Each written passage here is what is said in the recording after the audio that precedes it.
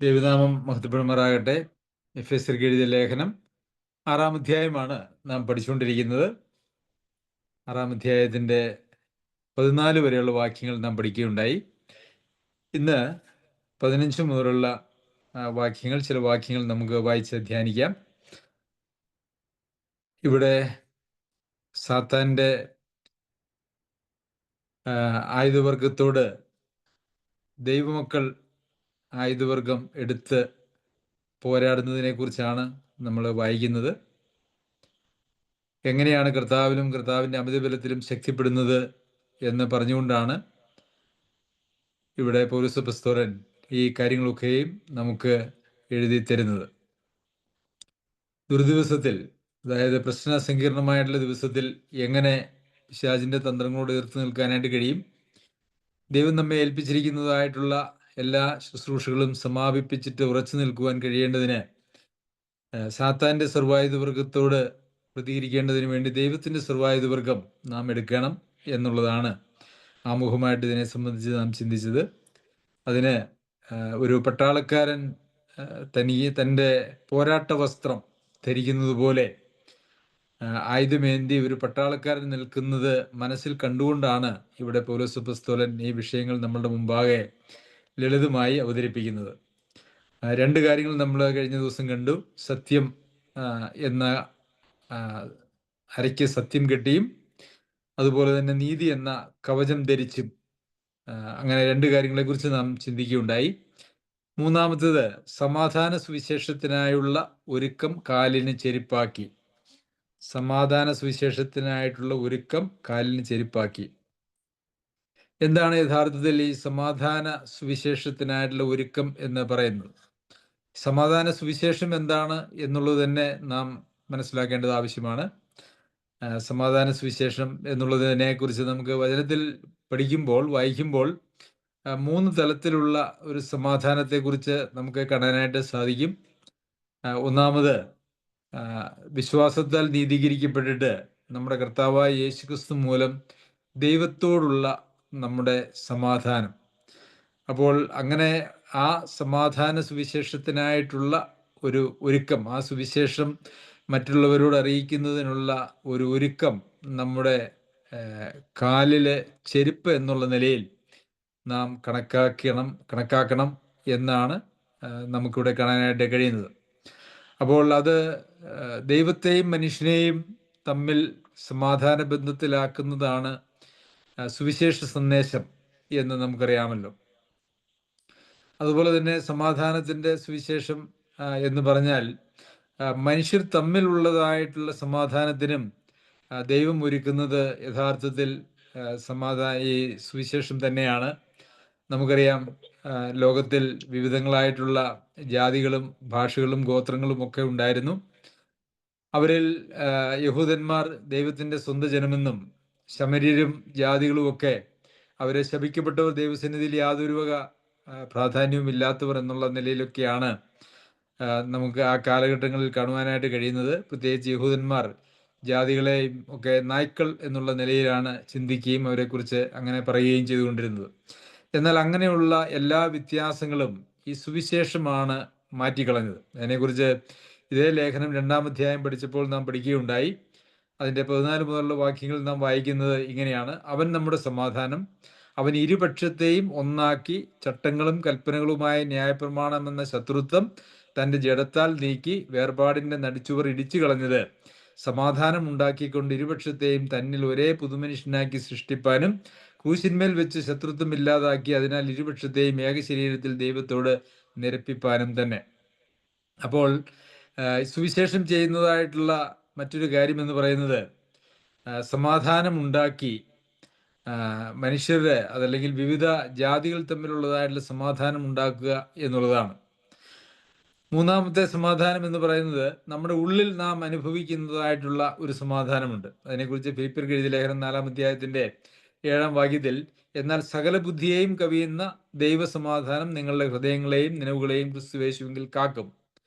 അപ്പോൾ ദൈവവുമായിട്ടുള്ള സമാധാനം, മനുഷ്യരുമായിട്ടുള്ള സമാധാനം, അതുപോലെ തന്നെ നാം നമ്മുടെ ഹൃദയത്തിൽ അനുഭവിക്കുന്നതായിട്ടുള്ള ഒരു ആന്തരികമായിട്ടുള്ള സമാധാനം, ഇതെല്ലാം യഥാർത്ഥത്തിൽ ഈ സമാധാന സുവിശേഷം എന്ന് പറയുന്നിടത്ത് വരുന്നതാണ് എന്ന് നമുക്ക് മനസ്സിലാക്കുവാനായിട്ട് സാധിക്കും. സുവിശേഷം ഈ 3 തലങ്ങളിലും മനുഷ്യന് സമാധാനം കൊടുക്കുന്നതാണ്, അത് കൊടുക്കേണ്ടതുമാണ് എന്നുള്ളതാണ്. ദൈവവുമായിട്ടുള്ള ബന്ധത്തിൽ വരുത്തുന്നതായിട്ടുള്ള സമാധാനം മാത്രമല്ല, മനുഷ്യർ തമ്മിലും മനുഷ്യർ ഓരോരുത്തരുടെയും വ്യക്തികളുടെ ജീവിതത്തിലും അല്ലെങ്കിൽ കുടുംബത്തിലുമൊക്കെ ഈ സമാധാനം നിലനിൽക്കേണ്ടത് യഥാർത്ഥത്തിൽ ഒരു ആവശ്യമാണ് എന്ന് നമുക്കറിയാമല്ലോ. അപ്പോൾ ഈ സമാധാന സുവിശേഷത്തിനായിട്ടുള്ള ഒരുക്കം, കാലിന് ചെരുപ്പ്. അപ്പോൾ ഈ കാലിന് ചെരുപ്പ് എന്ന് പറയുമ്പോൾ ഒരു റോമാ പടയാളിയുടെ കാലിലിട്ടിരിക്കുന്ന ചെരുപ്പാണ് ഇവിടെ പൗലോസ് അപ്പോസ്തലൻ തന്റെ മനസ്സിൽ കാണുന്നത്. ആ ചെരുപ്പിന് വളരെ പ്രത്യേകതകളുണ്ട്. ഒന്ന്, അതിൻ്റെ സോള് വളരെ കട്ടിയുള്ളതാണ്. പിന്നെ ആ സോളിനടിയിൽ മുള്ളുകൾ അല്ലെങ്കിൽ ആണികളുണ്ട്. അതുകൊണ്ട് വളരെ സ്റ്റഡിയായിട്ട്, അതായത് വഴുതി പോകാതെ, വേച്ചു പോകാതെ ഒരു മനുഷ്യന് യഥാർത്ഥത്തിൽ ഒരു യുദ്ധം ചെയ്യുവാനായിട്ട് ആവശ്യമുള്ള ഒരാൾക്ക് ആവശ്യമുള്ള സ്റ്റെബിലിറ്റി അല്ലെങ്കിൽ ഒരു ഉറപ്പ് നമുക്ക് അറിയാമല്ലോ. നമുക്ക് ആരും വള്ളിച്ചെരുപ്പ് വിട്ട് ആരും യുദ്ധത്തിന് പോവുകയില്ല. നമുക്ക് തന്നെയും പട്ടാളക്കാരുടെ ബൂട്ട് എന്നൊക്കെ പറഞ്ഞ് നമ്മൾ കാണുന്നുണ്ട്.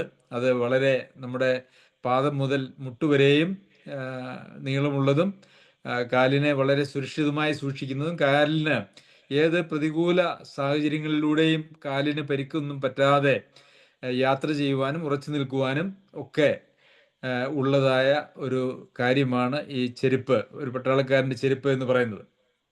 അപ്പോൾ ഈ സമാധാന സുവിശേഷത്തിനായിട്ടുള്ള ഒരുക്കം നാം എപ്പോഴും നമ്മുടെ ജീവിതത്തിൽ ഈ ഒരു സന്ദേശം യഥാർത്ഥത്തിൽ അവിശ്വാസികളോട് മാത്രമല്ല, വിശ്വാസികളോടും ഈ സമാധാന സുവിശേഷം പ്രസംഗിക്കുക എന്ന് പറയുന്നത് ഒരു യാഥാർത്ഥ്യമാണ്. ഒരു മനുഷ്യൻ്റെ രക്ഷയിലേക്ക് നയിക്കുന്നതായിട്ടുള്ള സുവിശേഷം, എന്നാൽ മനുഷ്യൻ്റെ ജീവിതത്തിൽ അനുദിനം അവനെ വളർത്തുന്നതായിട്ടുള്ള സുവിശേഷം യഥാർത്ഥത്തിൽ ഒരു മനുഷ്യനെ, പാപിയായ ഒരു മനുഷ്യനെ രക്ഷയിലേക്ക് നയിച്ച് ദൈവപൈതലാക്കി, ദൈവത്തോടുള്ള സമാധാനം ഉളവാക്കി, മനുഷ്യർ തമ്മിലുള്ള സമാധാനത്തിലേക്ക് കൊണ്ടുവന്ന് ആന്തരികമായിട്ടുള്ള സമാധാനം അനുഭവിക്കുന്ന ഒരു തലത്തിൽ എത്തിക്കുക എന്നുള്ളതാണ് സുവിശേഷം ചെയ്യുന്നതായിട്ടുള്ള പ്രക്രിയ അല്ലെങ്കിൽ കൃത്യം എന്ന് പറയുന്നത്.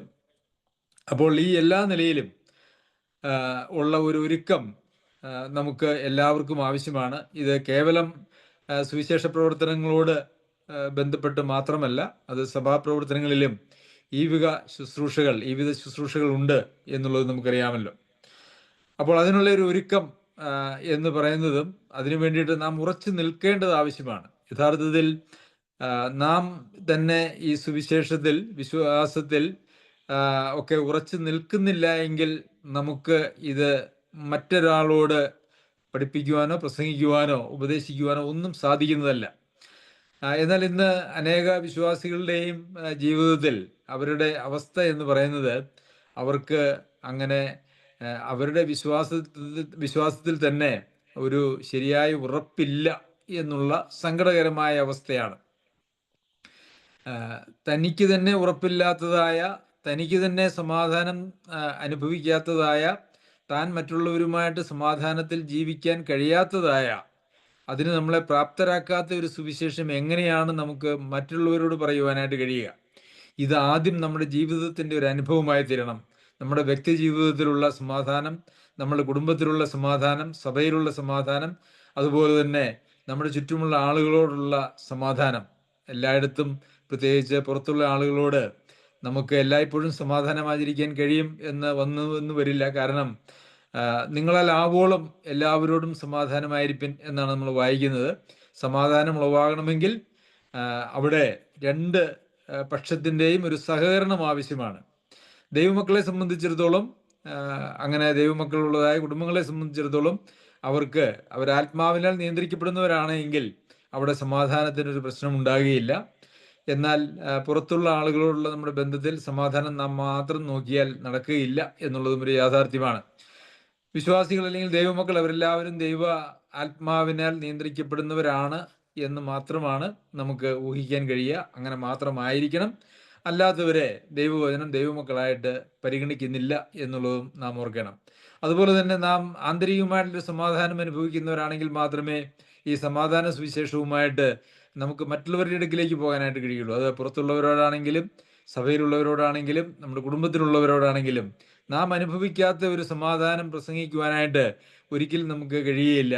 എന്നാൽ അനേക വിശ്വാസികളുടെയും ശരിയായ അവസ്ഥ എന്ന് പറഞ്ഞത് അവർ സമാധാനം അനുഭവിക്കുന്നില്ല എന്ന് മാത്രമല്ല, അവരിൽ കുടികൊള്ളുന്നത് പലപ്പോഴും അസമാധാനമാണ്, സംശയങ്ങളാണ്, ഭാരങ്ങളാണ്, പ്രയാസങ്ങളാണ്, പിറുപിറുപ്പുകളാണ് എന്നുള്ളതാണ് യാഥാർത്ഥ്യം. അപ്പോൾ സമാധാന സുവിശേഷത്തിനായിട്ടുള്ള ഒരുക്കം കാലിന് ചെരുപ്പാക്കണം എന്ന് പറയുമ്പോൾ ആ സമാധാനം നമ്മുടെ ജീവിതത്തിൽ അനുഭവിക്കുന്നവരുമായിരിക്കണം എന്നുള്ളത് അതിൻ്റെ ഒരു പശ്ചാത്തലം തന്നെയാണ് എന്ന് നമുക്ക് അറിയാം. ഇന്ന് സ്വയമായി അനുഭവിക്കാത്തതായിട്ടുള്ള സമാധാനം പ്രസംഗിക്കുന്ന ആളുകളെയാണ് നമുക്ക് സമൂഹത്തിൽ കാണുവാനായിട്ട് കഴിയുന്നത്. എന്നാൽ അത് നിരർത്ഥകമാണ്, അതിൽ യാതൊരു അർത്ഥവുമില്ല എന്നുള്ളതും നാം മനസ്സിലാക്കണം. ശരി, അടുത്തതായിട്ട് 16-ാമത്തെ വാക്യത്തിൽ എല്ലാറ്റിനും മീതെ ദുഷ്ടന്റെ തീയമ്പുകളെ ഒക്കെയും കെടുക്കുവാൻ തക്കതായ വിശ്വാസം എന്ന പരിചയം എടുത്തും കൊണ്ട് നിൽപ്പിൻ. എല്ലാറ്റിനും മീതെ എന്ന് പറയുമ്പോൾ ഇവിടെ 3 കാര്യങ്ങൾ ഓൾറെഡി പറഞ്ഞിട്ടുണ്ട്.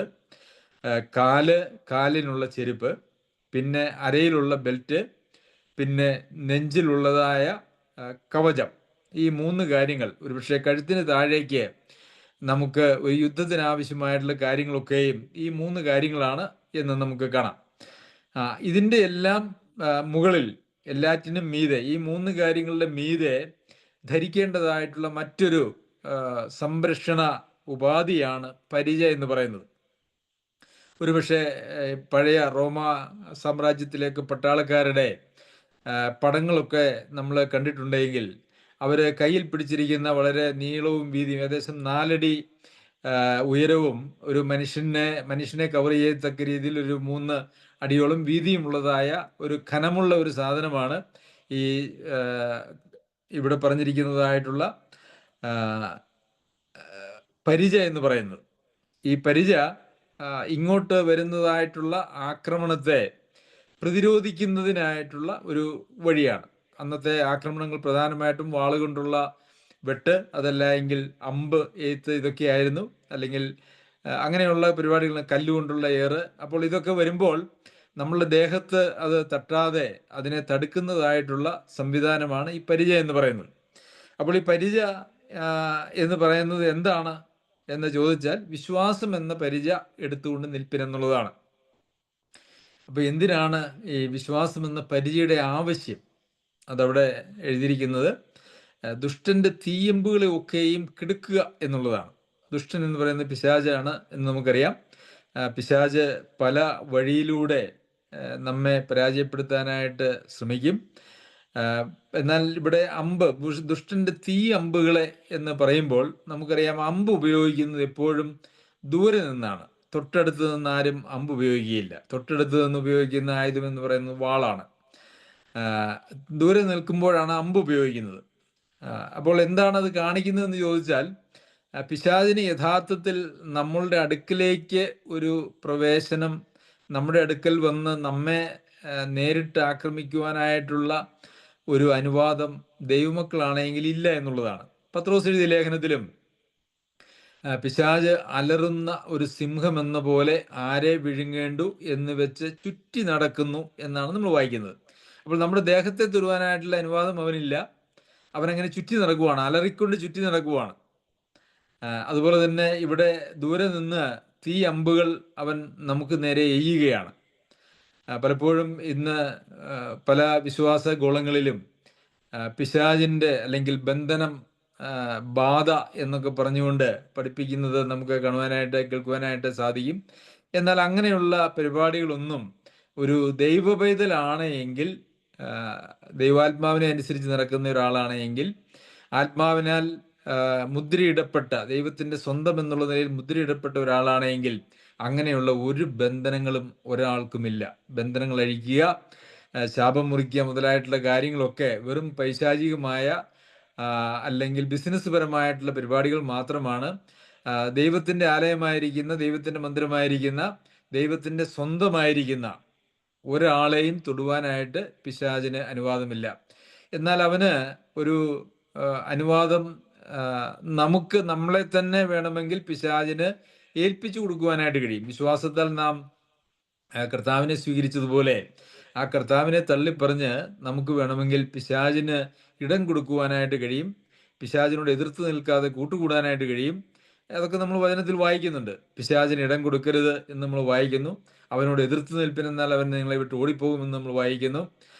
അപ്പോൾ അങ്ങനെ പിശാചിനാൽ പിടിപ്പെട്ട് കുടുങ്ങിയവരാകിയാൽ എന്ന് നമ്മൾ വായിക്കുന്നുണ്ട് തിമോത്തിയോസിനുള്ള ലേഖനത്തിൽ. അതൊക്കെ നമ്മളുടെ തീരുമാനപ്രകാരം നമ്മളുടെ ജീവിതത്തിൽ പിശാചിന് നാം മനഃപൂർവ്വമായിട്ട് ഇടം കൊടുക്കുന്നതിൻ്റെ ഫലമായിട്ട് ഉളവാകുന്നതായിട്ടുള്ളൊരു കാര്യമാണ്. എന്നാൽ ദൈവാത്മാവിനെ അനുസരിച്ച് നടക്കുന്നതായിട്ടുള്ള ദൈവമക്കളെ സംബന്ധിച്ചിടത്തോളം അങ്ങനെ പിശാചിന് ഇടം ലഭിക്കുകയില്ല എന്നുള്ളത് ഒരു യാഥാർത്ഥ്യം.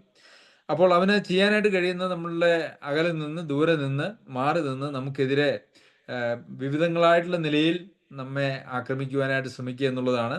അവിടെ പത്രോസ് എഴുതിയ ലേഖനത്തിൽ അലറുന്ന ഒരു സിംഹം എന്ന പോലെ ആരെ വിഴുങ്ങേണ്ടു എന്ന് വെച്ച് ചുറ്റി നടക്കുന്നു എന്ന് പറയുന്നത് ക്രിസ്തീയ പീഡനത്തോടുള്ള ബന്ധത്തിലാണ് എന്ന ഭാഗം വായിച്ചാൽ നമുക്ക് മനസ്സിലാക്കുവാനായിട്ട് കഴിയും. അപ്പോൾ അവന് വളരെ അലറുന്ന സിംഹം എന്ന് പറയുമ്പോൾ ആളുകളെ ഭയപ്പെടുത്തുക എന്നുള്ളതാണ് അവിടെ പിശാചിന്റെ ലക്ഷ്യം അല്ലെങ്കിൽ ഉദ്ദേശം എന്ന് പറയുന്നത്. പ്രിയമുള്ളവരെ, അങ്ങനെ ഭയപ്പെടുത്തുവാനായിട്ട് സിംഹം അലറുന്നത് പോലെ അലറിയാലും നമുക്ക് ഭയപ്പെടേണ്ടതായിട്ടുള്ള ആവശ്യമില്ല. കാരണം അവനങ്ങനെ ചുറ്റി നടക്കുക എന്നുള്ളതല്ലാതെ അവന് നമ്മെ തൊടാനായിട്ട് കഴിയുകയില്ല. നമ്മളെ തൊടാനായിട്ട് കഴിയുന്നത് നാം അവൻ്റെ അടുക്കിലേക്ക് ചെന്ന് ദൈവത്തിൻ്റെ സംരക്ഷണത്തിൻ്റെ വലയത്തിൽ നിന്നും നാം പുറത്തു പോയി അവൻ്റെ വഴികളിലൂടെ നാം നടക്കുമ്പോൾ മാത്രമാണ് അവനാൽ നാം പിടിക്കപ്പെട്ടു പോകുന്നത്. അവനാൽ പിടിക്കപ്പെട്ടു പോവുകയില്ല എന്ന് നാം ചിന്തിക്കാൻ പാടില്ല. വചനത്തിൽ വളരെ വ്യക്തമായിട്ടുള്ള കാര്യങ്ങൾ നമുക്ക് കാണുവാനായിട്ട് കഴിയും. യൂദാസിൽ പിശാച് കടന്നു, സാത്താൻ അവനിൽ കടന്നു എന്ന് നമ്മൾ വായിക്കുന്നുണ്ട്. തിമോത്തിയോസ് എഴുതിയ ലേഖനത്തിൽ പിശാചിനാൽ പിടിപ്പെട്ട് കുടുങ്ങിയവരാകിയാൽ എന്ന് നമ്മൾ വായിക്കുന്നുണ്ട്. പിശാചിന് ഇടം കൊടുക്കരുതെന്ന് നമ്മൾ വായിക്കുന്നുണ്ട്. അങ്ങനെ നാനാവിധമായിട്ടുള്ള വേദഭാഗങ്ങൾ വിശ്വാസികൾക്ക് എഴുതിയിരിക്കുന്നിടത്ത് തന്നെയാണ് നമുക്ക് കാണുവാനായിട്ട് കഴിയുന്നത്. അപ്പോൾ അതുകൊണ്ട് പിശാചിനൊന്നും എൻ്റെ മേൽ ഒന്നും ചെയ്യാൻ കഴിയുകയില്ല എന്ന് പറഞ്ഞാൽ നാം നമ്മെ തന്നെ ഏൽപ്പിച്ചു കൊടുക്കുന്നിടത്ത് പിശാചിന് നമ്മളെ കൊടുക്കുവാനായിട്ട് സാധിക്കും, നമ്മളെ വിഴുങ്ങുവാനായിട്ടും സാധിക്കും. എന്നാൽ നാം വിശ്വാസത്തിൽ നിലനിൽക്കുന്നിടത്തോളം കാലം കർത്താവിൻ്റെ സംരക്ഷണം നമുക്ക് പൂർണ്ണമായിട്ടും ഉണ്ട് എന്നുള്ളത് കൊണ്ട് നമ്മെ തൊടുവാനായിട്ട് ആർക്കും കഴിയുന്നതല്ല. നാം മനഃപൂർവ്വം ഇറങ്ങിപ്പോകുന്നില്ല എങ്കിൽ നാം യോഹന്നാന്റെ സുവിശേഷത്തിൽ വായിക്കുന്നുണ്ടല്ലോ, എൻ്റെ കയ്യിൽ നിങ്ങളെ പിടിച്ചു വരുത്താൻ ആർക്കും കഴിയുകയില്ല.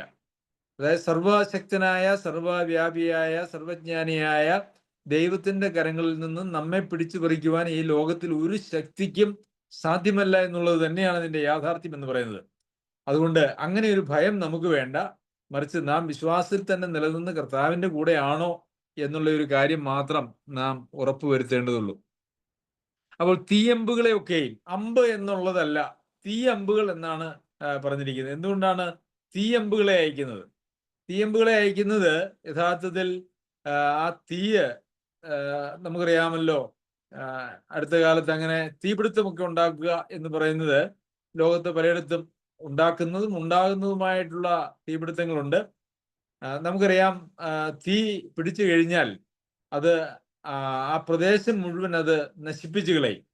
അങ്ങനെയുള്ള ഒരു അവസ്ഥയാണ് ഈ തീ ഉണ്ടാക്കുന്നത്. ഒരു ചെറിയ തീയ് അത് ഒരു വലിയ കാട് കത്തിക്കുന്ന നിലയിലേക്ക് അത് വളർന്നു വരും. ഒരു അമ്പിലൂടെ വരുന്നതായിട്ടുള്ള തീ വളരെ നിസ്സാരമായിട്ടുള്ളൊരു തീയാണ്. എന്നാൽ അതൊരു പ്രദേശം മുഴുവൻ കത്തിക്കുവാനായിട്ട് പ്രാപ്തമായിട്ടുള്ള ശക്തിയുള്ള ഒരു തീയുമാണ്. അപ്പോൾ അതുകൊണ്ട് നമ്മളുടെ വിശ്വാസ ജീവിതത്തെ തകർക്കുവാൻ കഴിയുന്നതായ നിലയിൽ ഈ ദുഷ്ടന് പ്രവർത്തിക്കുവാനായിട്ട് കഴിയും എന്നുള്ളതാണ് യഥാർത്ഥത്തിൽ നമുക്ക് ഇവിടെ നിന്നും മനസ്സിലാക്കുവാനായിട്ട് കഴിയുന്നത്. നമ്മുടെ വിശ്വാസ ജീവിതത്തെ ആകമാനം തകർത്ത് കളയുവാനായിട്ട് പിശാചിന് സാധിക്കും. അതുകൊണ്ട് പ്രിയമുള്ളവരെ, നാം ഈ വിശ്വാസം എന്ന പരിചയം എടുത്തുകൊണ്ട് നിൽക്കണം. അപ്പോൾ വിശ്വാസം എന്ന പരിചയ്ക്ക് തീയമ്പുകൾ വരുമ്പോൾ എന്താണ് ചെയ്യുവാനായിട്ട് കഴിയുക?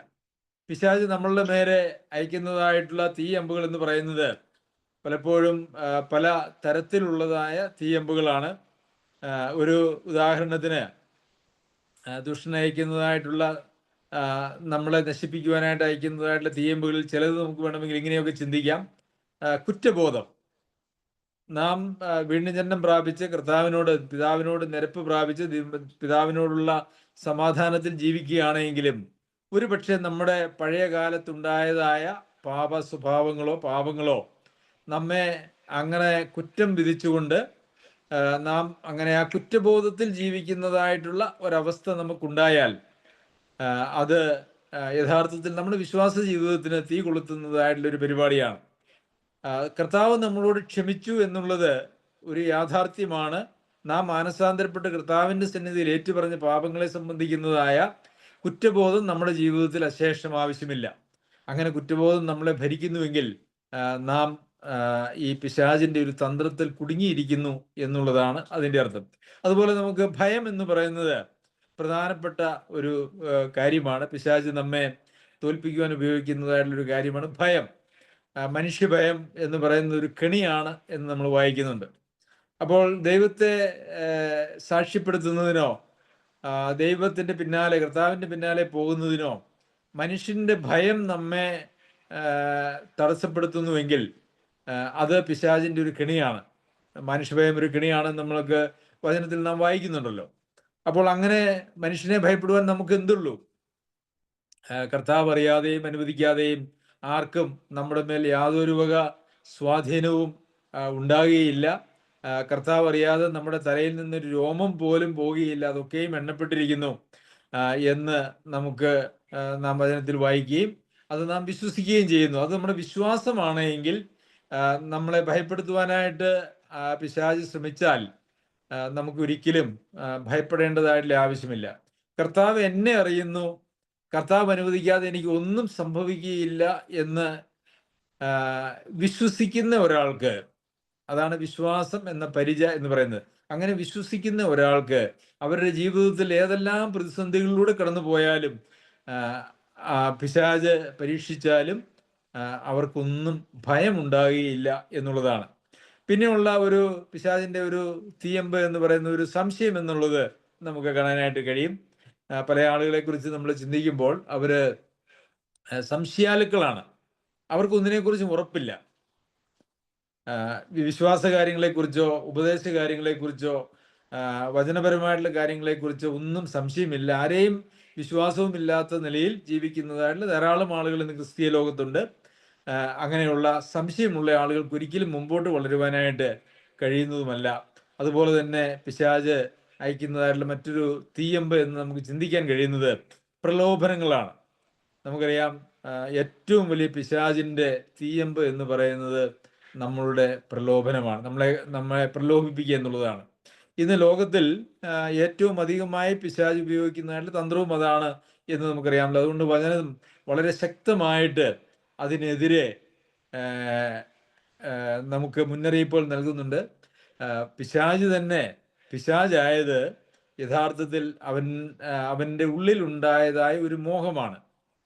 പിശാച് ആദം ഹവ്വമാരെ പരാജയപ്പെടുത്തിയത് അവരുടെ ഉള്ളിൽ മോഹത്തെ കൊടുത്തുകൊണ്ടാണ്. അതുകൊണ്ട് തന്നെയാണ് നമ്മളോട് ലോകത്തിൽ മോഹത്താലുള്ള നാശം വിട്ടൊഴിഞ്ഞ് എന്ന് പറയുന്നത്. അല്ലെങ്കിൽ തന്നെ ജഡമോഹം, കൺമോഹം, ജീവനത്തിൻ്റെ പ്രതാപം, ഇതെല്ലാം മോഹങ്ങളിൽ പെടുന്നതായിട്ടുള്ള കാര്യങ്ങളാണ്. അപ്പോൾ പിശാച് ഏറ്റവും ശ്രേഷ്ഠമായതും ഉന്നതമായതും നമുക്ക് നൽകാം എന്ന് വാഗ്ദത്തം ചെയ്യും. എന്നാൽ അവൻ തരുന്നത് നമ്മുടെ ജീവിതത്തെ നശിപ്പിക്കുന്നതായിട്ടുള്ള കാര്യങ്ങളായിരിക്കും.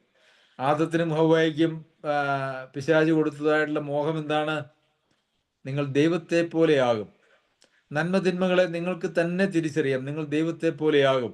ഇനി ദൈവത്തിൽ നിങ്ങൾക്ക് ആശ്രയിക്കേണ്ടതായിട്ടുള്ള ആവശ്യമില്ല.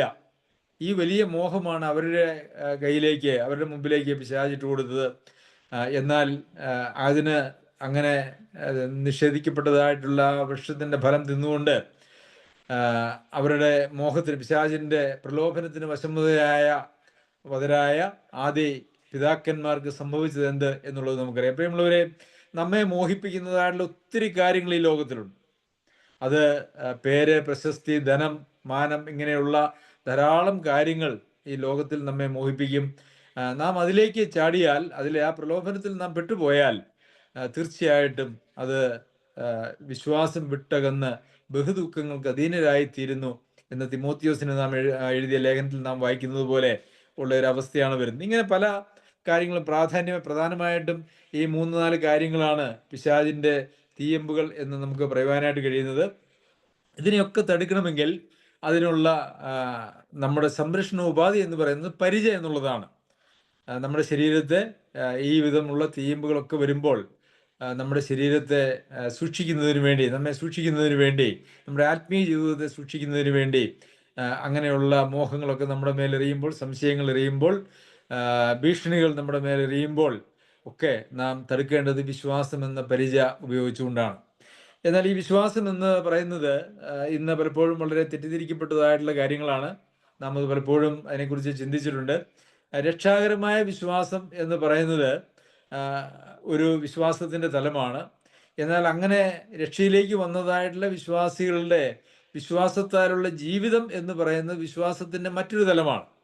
ഞാൻ കർത്താവായ യേശുക്രിസ്തുവിൽ വിശ്വസിച്ചു, രക്ഷിക്കപ്പെട്ടു, ഞാനൊരു വിശ്വാസിയാണ് എന്ന് പറയുമ്പോൾ അത് വിശ്വാസത്തിൻ്റെ ആദ്യത്തെ തലത്തിൽ നിൽക്കുന്ന ആളുകളാണ് അങ്ങനെ മാത്രം പറയുന്നത്.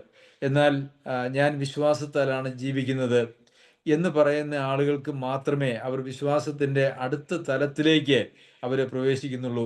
ഇത് വിശ്വാസത്തിൻ്റെ രണ്ടാമത്തെ തലത്തിൽ പ്രവേശിക്കുന്ന ആളുകൾക്ക് മാത്രമേ ഈ ദുഷ്ടൻ്റെ തീയമ്പുകളെ കെടുത്തുവാനായിട്ട് കഴിയുന്ന പരിച എന്നുള്ള നിലയിൽ അവർക്ക് അവരെ സൂക്ഷിക്കുവാനായിട്ട് കഴിയുകയുള്ളൂ. പ്രിയമുള്ളവരെ, വിശ്വാസത്താൽ വീണ്ടും ജനിച്ചതായ, നീതീകരിക്കപ്പെട്ടതായിട്ടുള്ള നാം ആ വിശ്വാസത്താൽ ജീവിക്കുമ്പോഴാണ് അതാണ് ശരിക്കുമുള്ള പ്രായോഗിക ക്രിസ്തീയ ജീവിതം എന്ന് പറയുന്നത്. പ്രായോഗിക ക്രിസ്തീയ ജീവിതത്തിലാണ് പിശാചുമായിട്ടുള്ള ഏറ്റുമുട്ടൽ, ദുഷ്ടനുമായിട്ടുള്ള ഏറ്റുമുട്ടൽ വരുന്നത്. നാം വീണ്ടും ജന്മം പ്രാപിക്കുന്നതിന് അല്ലെങ്കിൽ നീതീകരിക്കപ്പെടുന്നതിന് ആവശ്യമായിട്ടുള്ള വിശ്വാസം എന്ന് പറയുന്നത് അത് ഒരു നിമിഷം കൊണ്ട് നമ്മുടെ ജീവിതത്തിൽ സംഭവിക്കുന്നതായിട്ടുള്ള കാര്യമാണ്. വിശ്വസിച്ചു എന്ന് നീതിയായി കണക്കിട്ടു. എന്നാൽ വിശ്വാസത്താലുള്ള ജീവിതം എന്ന് പറയുന്നത് അത് ഒരു വലിയ നീണ്ട കാലഘട്ടവും അതൊരു വലിയ പോരാട്ടവുമാണ്. അതുകൊണ്ടാണ് പൗലോസ് അപ്പോസ്തലൻ തന്റെ ജീവിതാന്ത്യത്തിൽ പറഞ്ഞത്, ഞാൻ വിശ്വാസം കാത്തു. ഈ വിശ്വാസം നമ്മളിൽ നിന്ന് പോയാൽ, കർത്താവ് ഈ വിശ്വാസത്താലുള്ള ജീവിതം എന്ന് പറയുന്ന യാഥാർത്ഥ്യം പോലും നാം മറന്നുപോയാൽ പിശാചിന് നമ്മെ പരാജയപ്പെടുത്തുവാൻ വളരെ എളുപ്പമാണ്. എബ്രായർക്ക് എഴുതിയ ലേഖനം നാം വായിച്ചപ്പോൾ അത് പഠിച്ചപ്പോൾ അതിൻ്റെ 11-ാം അധ്യായത്തിൽ വിശ്വാസത്താൽ ജീവിച്ചതായിട്ടുള്ള അനേകം ആളുകളെ കുറിച്ച് നമ്മൾ വായിക്കുന്നുണ്ട്. അതാരും അവിടെ വിശദീകരിച്ചിരിക്കുന്നതായിട്ടുള്ള ആളുകൾ ആരും അവരെ എന്തെങ്കിലും വിശ്വസിച്ച വിശ്വാസത്തെക്കുറിച്ചല്ല അവിടെ പറഞ്ഞിരിക്കുന്നത്. അവരുടെ ജീവിതത്തിൽ വെളിവാക്കിയ വിശ്വാസ ജീവിതം അല്ലെങ്കിൽ വിശ്വാസത്തിൻ്റെ പ്രവൃത്തിയെക്കുറിച്ചാണ് അവിടെ പറഞ്ഞിരിക്കുന്നത് എന്നുള്ളത് നമുക്കറിയാമല്ലോ. വിശ്വാസം അവർക്ക് ഉള്ളതുകൊണ്ട് അവര് ജയിച്ചതും അവര് മരിച്ചതും അവര് സഹിച്ചതുമായിട്ടുള്ള കാര്യങ്ങൾ, വിശ്വാസത്താൽ അവര് ജയിച്ചതും അവർ വിശ്വാസത്തിന് വേണ്ടി മരിച്ചതും അവർ വിശ്വാസത്തിന് വേണ്ടി സഹിച്ചതുമായിട്ടുള്ള കാര്യങ്ങളാണ് അവിടെ നമുക്ക് കാണുവാനായിട്ട് കഴിയുന്നത്. അപ്പോൾ നമ്മുടെ പ്രായോഗിക ക്രിസ്തീയ ജീവിതം എന്ന് പറയുന്നത് വിശ്വാസത്താൽ നിയന്ത്രിക്കപ്പെടേണ്ടതായിട്ടുള്ള ഒരു കാര്യമാണ്. നമ്മെ പരാജയപ്പെടുത്തുവാനായിട്ട് പിശാച് സർവ്വതന്ത്രങ്ങളും എടുത്തു വരുമ്പോൾ വിശ്വാസം എന്ന പരിച എല്ലാറ്റിനും മുമ്പേ നാം പിടിക്കുമ്പോൾ ആ തീമ്പുകളൊക്കെയും അവിടെ തട്ടി കെട്ടുപോകുന്ന ഒരവസ്ഥയിലേക്ക് വരും. പ്രിയമുള്ളവരെ, നമ്മുടെ സംരക്ഷണം എന്ന് പറയുന്നത് നമ്മുടെ ക്രിസ്തീയ ജീവിത ഓട്ടത്തിൽ ഏറ്റവും പ്രാധാന്യമുള്ള കാര്യമാണ്. അത് സംബന്ധിച്ചാണ് നാം കഴിഞ്ഞ ദിവസവും ഇന്നും നാം പഠിച്ചത്. ദൈവം നമ്മെ സഹായിക്കട്ടെ. നാം കർത്താവിൻ്റെ ഒരു പടയാളിയായി, ഒരു പോരാളിയായി നമുക്ക് ജീവിക്കണമെങ്കിൽ കർത്താവ് പറഞ്ഞിരിക്കുന്നതായിട്ടുള്ള ഈ ദൈവത്തിൻ്റെ സർവ്വ ആയുധവർഗവും ധരിച്ചുകൊണ്ട് ജീവിക്കേണ്ടത് ആവശ്യമാണ്. ഇത് ധരിക്കുന്നില്ല എങ്കിൽ നിശ്ചയമായും നമ്മളുടെ ജീവിതം ഒരു പരാജയത്തിലേക്കോ അതല്ല എങ്കിൽ ഫലമില്ലാത്തതായ ഒരു ജീവിതത്തിലേക്കോ മാറിപ്പോകും. അങ്ങനെ വരാതിരിക്കട്ടെ. സർവശക്തനായ ദൈവം നമ്മെ എല്ലാവരെയും സഹായിക്കട്ടെ. അവൻ്റെ അതിപരിശുദ്ധ നാമം വാഴ്ത്തപ്പെടുമാറാകട്ടെ.